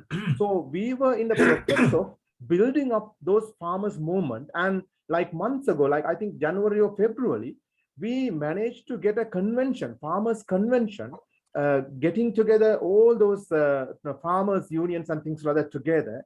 And I think around all throughout the country, there are 500 something, but we managed to get around 350. So it was a good success, building up those farmers movement. So we were in a process of that.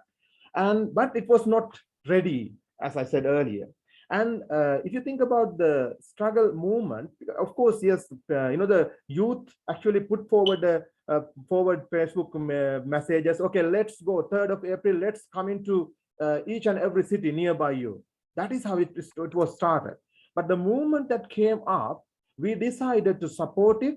We decided we need to take part in it. And we know that this is how that spontaneous struggles come up anyway, from the people's side. We as left should take part and try to direct the way that that will benefit eventually to the society. So that is what actually our approach was. And we went there, like for example, JVP, they in media openly they said, no, this is a struggle without any leadership. They will come to the goalface and they will stay for a while and go back home. That is what one of the MPs, former MPs in JVP, openly said in the media.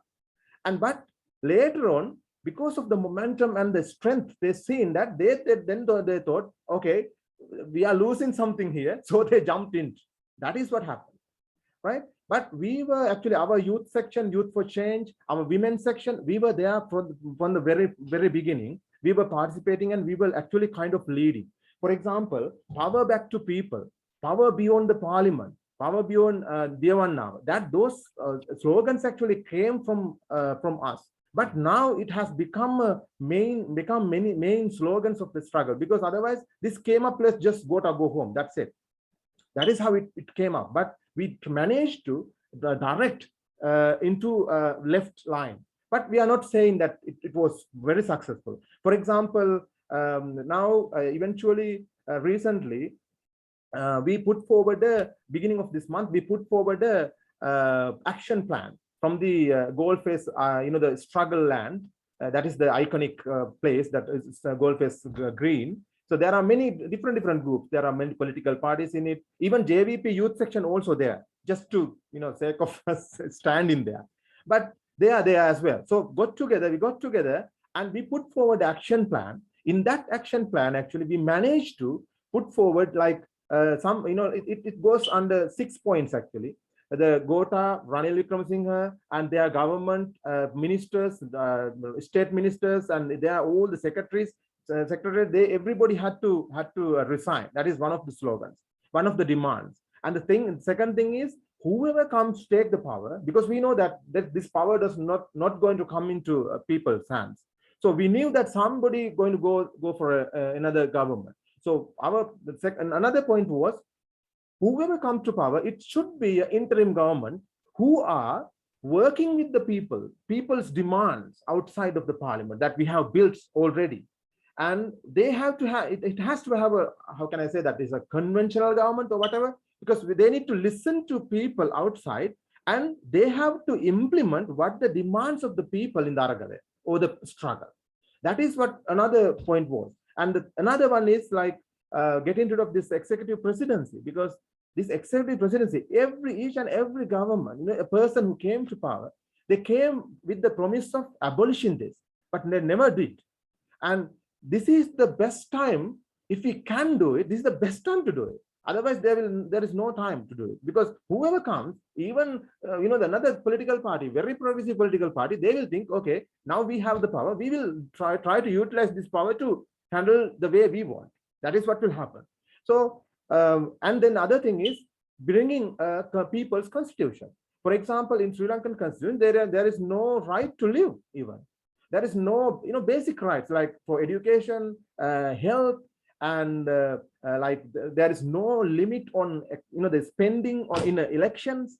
Like millions and millions are spending by these candidates with capital power of the capital to get elected, and that is what will happen. So there is no fair ground. We don't expect any fair ground from these capitalist governments and things like that. But if we push forward the people's constitution with at least with these radical proposals in it, and that has to be written by the people, and it has to be approved by the election, like from the people, right?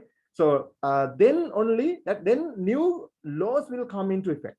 In that way, if we can do that way, we can go for another election. At least we can hope something. So if another government comes, they have to then they are acting on those new laws.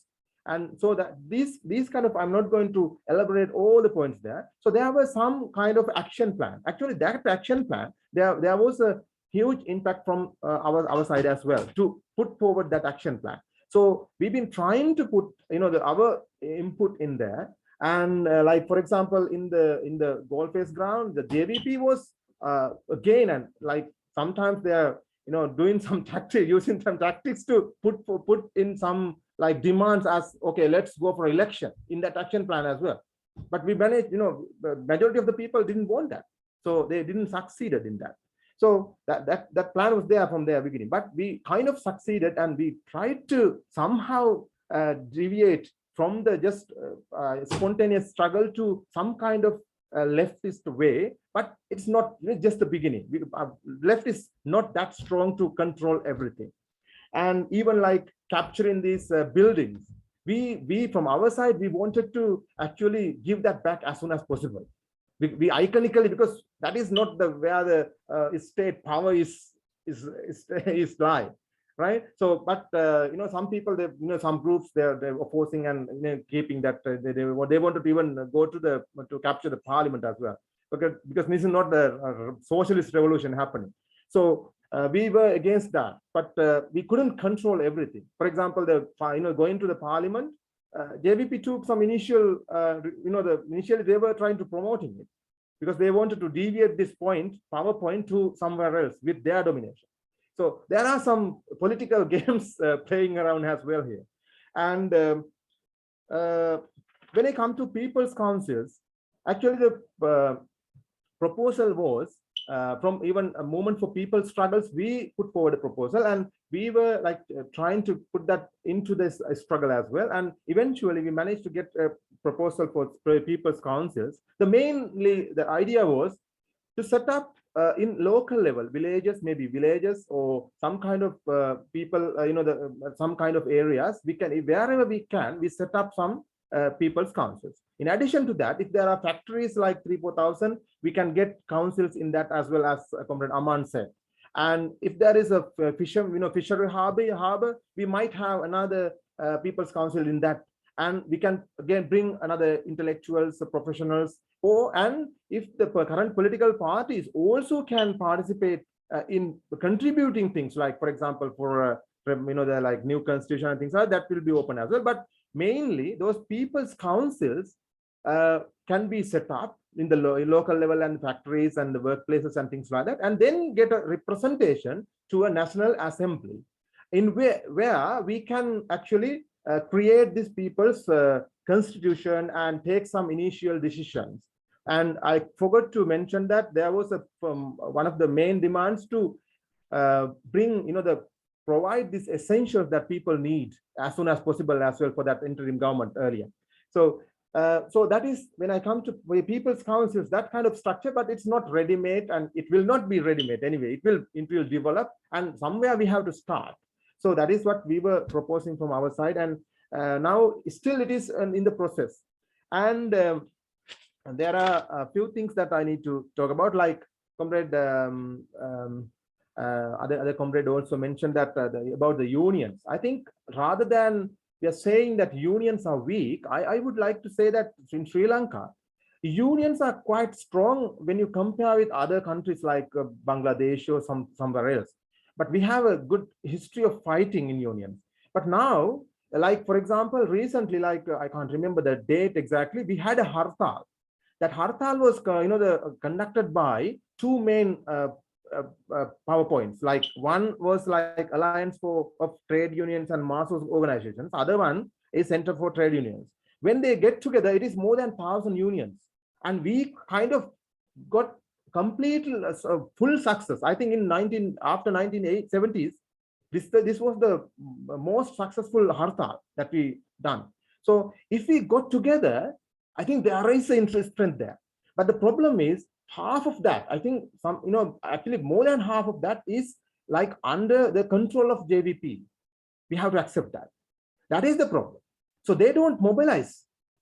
That is the problem. And even after the 9th of May, there was a huge attack. The mobs came with poles, and they destroyed and attacked. And after just immediately, we got together all the unions, and we declared a continuous protest, like actually the kind of a harta, continuous protest, in all workplaces, strike, generally strike. But what happened was, next day JVP came and said that no, we are going to stop that. So we were, from our side, we were continuing, but we couldn't survive. So that because the power is there if you really want to do it. But that is the situation. That is the situation. And when we come to this repression, and before that, I will come to that, what is the mood of the people? Actually, people are... All right. Just briefly, please. Yeah, okay, comrade. Yeah. So, what I can do, I will try it. There are so many things, but it doesn't matter. So give me like few minutes. I will try to, summarize and finish it. And going forward, people are there, they have a hope. And because problems are already still there, similarly as like 2 months ago. And they don't have any solutions as well. But now, because even Ranil Wickremasinghe can't bring, because IMF, we already talked about it, they will not provide any grant even, because they can't settle down with the current, the people who gave the loans. That will not work. And even next month they are struggling to provide electricity. That is the situation. And people are there, people's problems are there. Only thing is, people can't even mobilize now because of these fuel prices and fuel things, a problem and things like that. But what will happen even after May? It was this calm. until June, middle of June, end of June, it was this calm. But we, from our side, we were, protesting, and we were doing some speeches by the queues of petrol queues, and we were singing on streets. That is how we built the momentum back for the 9th of July. So struggle is still there. We have to build that momentum back. It will come. It will come, but we have to organize and bring that momentum back. So we are working very hard from our side to organize as much as we can to control and get into the right direction. And when it comes to stability, and the only way that stability can be brought is to allies with the protesters' demands. Whoever comes to power, they need to talk to the protesters and act on what their demands are. So that is how we can bring some kind of stability if they want to. But these capitalist governments, they will not do that, right? So from our side, we have to organize ourselves in people's councils, because there is now consciousness about that among the communities as well. We have to build it, and we have to take from there. So I will have to finish it, because there's a time limit as well. It is for me to go, time to me to go as well. So thank you very much for the comrades for inviting us, and I would like to continue the discussion, but time is coming against. Thank you. Yeah, thank you, Comrade Chatura. Really, we're very grateful to you for participating. We're very proud of the democratic tradition that we've established in WIN, that we do encourage dialogue and debate and discussion between different elements in order that all of us can clarify and sharpen our ideas.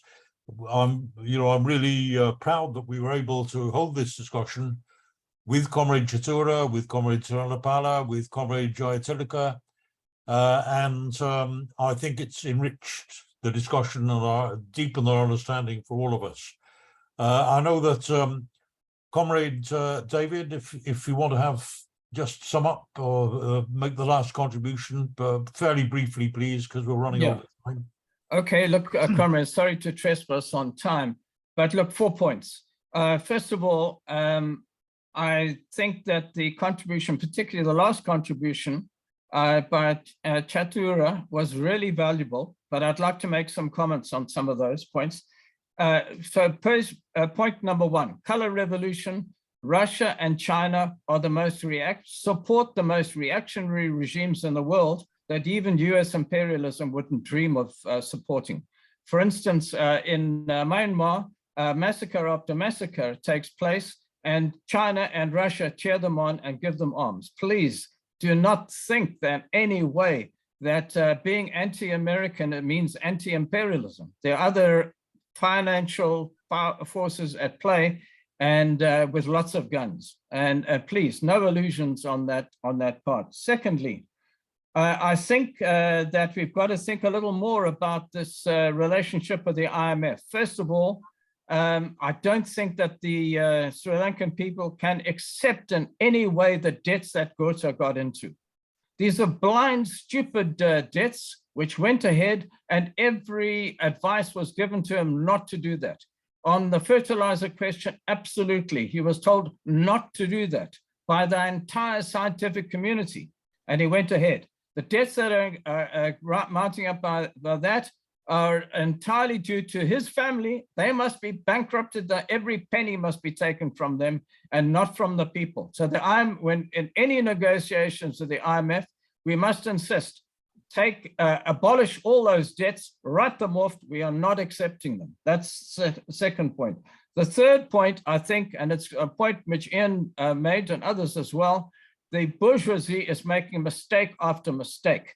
I was stunned by the statement made by the Archbishop, because he called for immediate elections. Why did he call for elections? In his explanation, he said that this government is not entitled in any way and is not able to negotiate with the IMF, and a government has to be created which can negotiate with the IMF. In other words, the regime we currently have is so rotten that the IMF does not want it. Imagine that. The IMF does not want this regime. because they don't think they can carry out, they don't have the democratic mandate to force the medicine of the IMF down the throats of the people. I think that's entirely what's happening at the moment.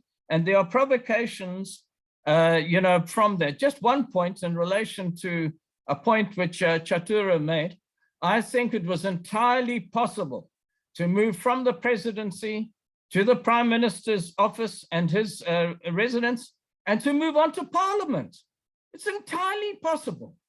And I think it was catastrophic. Well, I wouldn't say catastrophic, but it was a dimension which should have been taken place, because it wouldn't have been at all with arms in place.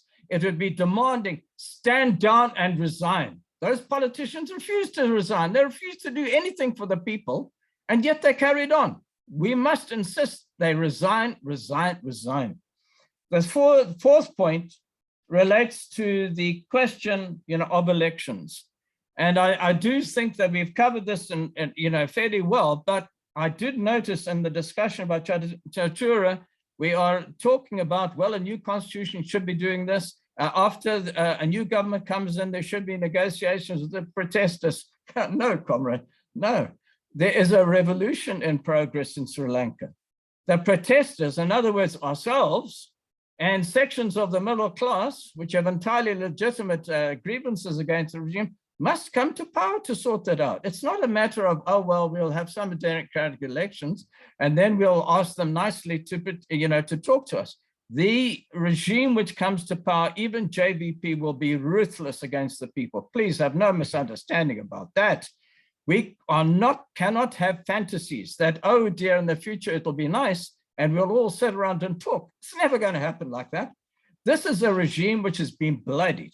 It has an army and a police which is quite used to disappearing people and killing them and slaughtering people. So no illusions about that. In South Africa, we've had the most democratic constitution in the world, as was claimed, and yet we shoot down workers in cold blood. That's what happens. Please understand this. The national bourgeois is all pro-China, pro-Russia, whatever, but they like shooting workers. And they will also do the same against us. We have no illusions in our national bourgeois. Please, let's organize, present a program. A program, in my view, is everything. When there's flux in a movement, ebbing and flowing, upping and downing, we've got to establish the primordial points of our program and then fight for those ideas. Those ideas will live on through ebbs and struggles and setbacks. Thanks.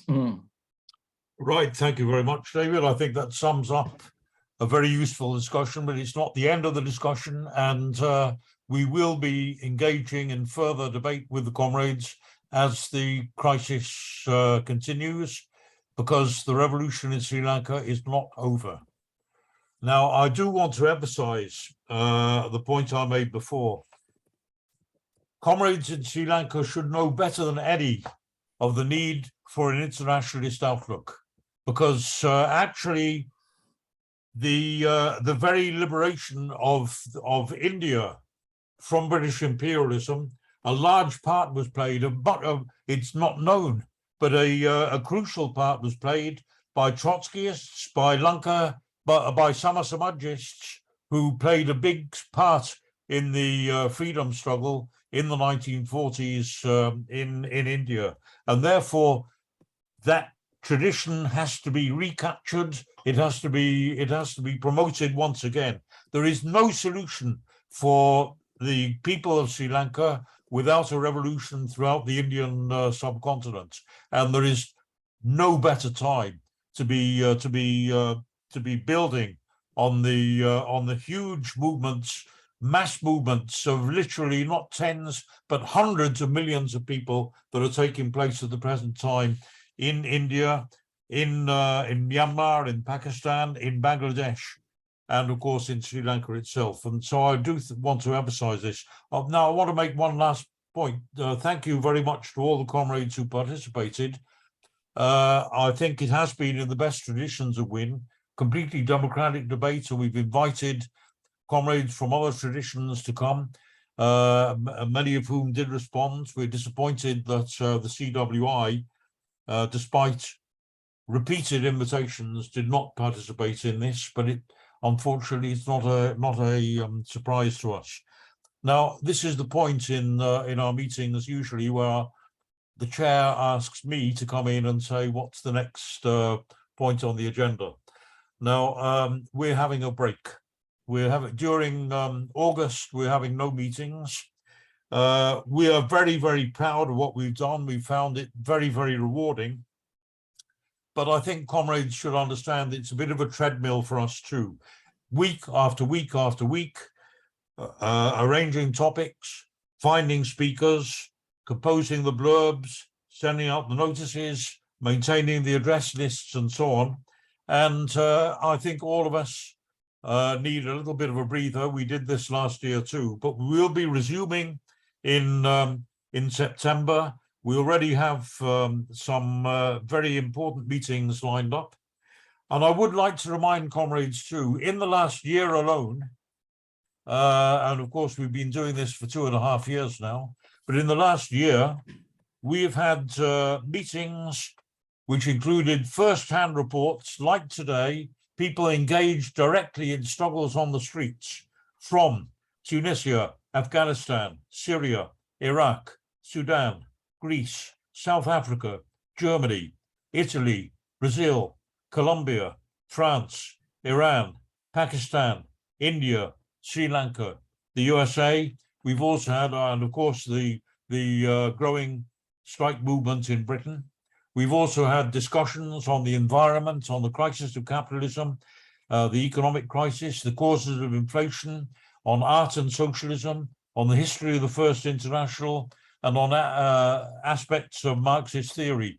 And we'll continue on that very, very proud tradition. We'll continue with that from September onwards. If you missed any of those, or if you want to have a look at those, they are recorded. We've got them on our website, and we hope that comrades will review those discussions. And we also particularly, are looking forward to welcoming you back to the first meeting. I think it's the 7th of September, if I'm not mistaken. We'll be having a discussion on the economic crisis, the crisis of inflation and stagflation on a worldwide basis with Michael Roberts. So thanks to comrades, and enjoy the rest, and see you soon. Roger, can I just say the meetings are always put on the Facebook page as well? Yes. The recordings, yes, so they're easy to find there. Right. Okay. Bye, comrades. Thank you. Thank you very much for everything.